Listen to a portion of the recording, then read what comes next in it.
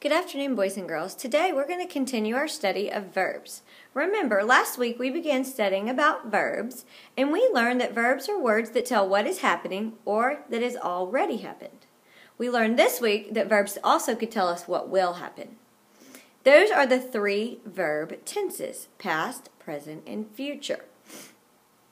The past tense of a verb tells us something that's happened. It's already occurred, and it is in the past. The present tense tells us something that is happening right now or happens all the time. I run after school. That would be something that happens on a regular basis. Or you might say, I am running right now. And then lastly, future tense tells us something that will happen. I will run in a race this spring. Those are all three verb tenses. We studied more about action verbs so far, and those are verbs that describe an action. But now, today, we learned about state of being verbs. Verbs that tell that something is the state of being: am, are, and was. You can't really see those, but it means you are in a state of being. I am here. They are at home. He was sad. Okay? So I want you to think about your assignment today. You're going to write down the book title of the book that you're reading, either from the library or at home, whatever fiction book that you're reading. And I want you to read, and as you read, I want you to pick out an action verb. Find an action verb. Then find a state of being verb.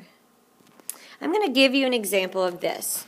In our book that we read in social studies earlier today, called, excuse me for the camera work there, Worst of Friends.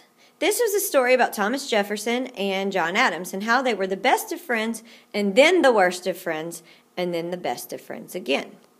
I'm going to open it up to a page, and as I read, I'm going to look for some verbs.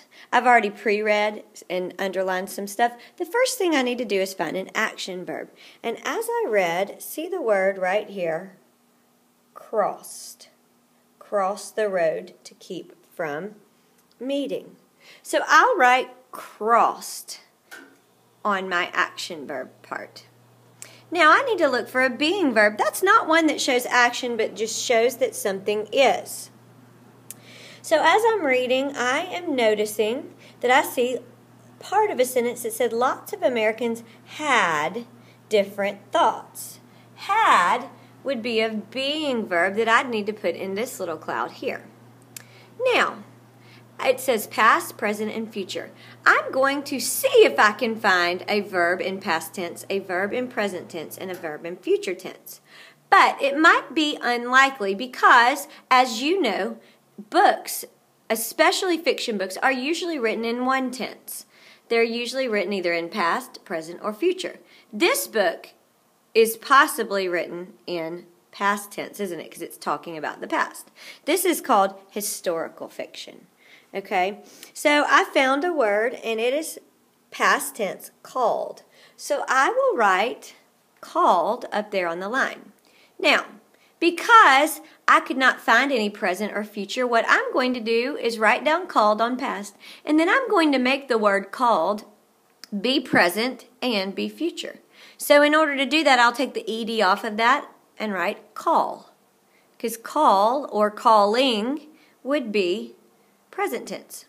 For future, you always add a will in front of your verb. So will call.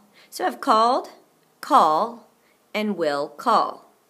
Lastly, I need to look for a main verb and a helping verb. We talked about helping verbs a little bit today. They're being verbs that join up with an action verb and they just help it along. So as I read today, I found where it said, Tom was elected. So I'll write was underneath the line on helping verb and elected underneath the line on main verb. Whether your book has mostly past, present, or future tenses, you should be able to find an action verb, a being verb, and a helping verb or a main verb.